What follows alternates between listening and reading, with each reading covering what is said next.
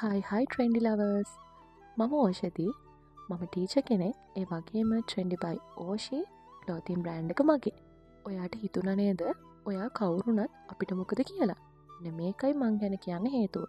ගොඩක් අයි මගෙන් අහනවා මම ජොබ් එකක්ද කරන්නේ එම නැත්තමම් බිස්නස් එකක්ද කරන්න කියලා ඇත්තරම කිව්ව මම ඒ දෙකම කරනවා මම ජොබ් එකත් කරන ගමන් තමයි මගේ බිස්නස් එක් කරගෙන යන්නේ ජොබ් එකත් කරන ගමන් බිස්නස් එක් කරන නිසා බැලස් කරගන්න සමහර වෙලාවට අපහසුතාවයන් එනවා නමුත් මට ගොඩක් සතුටුයි මට උදව් කරන්න ගොඩක් අය ඉන්නවා මේ දේට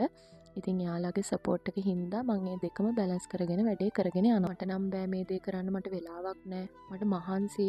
මට නම් කරගන්න බෑ වගේ දේවල් හිතුවොත් නම් ඇත්තටම අපිට දෙයක් කරන්න අමාරුයි අපිට දියුණු වෙන්න උවමනාවක් තියෙනවා නම් මහන්සිය නොබලා අපි ඒ දේ කරොත් අපිට අනිවාර්යයෙන්ම ඒ තැනට යන්න පුළුවන්. දෙනෙක්ම අහලා තිබ්බා යාලා මේ වෙද්දි ජොබ් කරනවා හැබැයි බිස්නස් එකක් පටන් ගන්න ආසයි. ඉතින් කොහොමද කරන්න කියලා. මම අත්දැකීමෙන් කියන්නේ තමන්ට අවශ්‍යතාවය තියෙනවා නම් දියුණු වෙන්න උනක් තියෙනවා නම් ඒ වගේම මහන්සි වෙලා වැඩ කරන්න පුළුවන් නම් කරන්න බැරි කමක් නැහැ.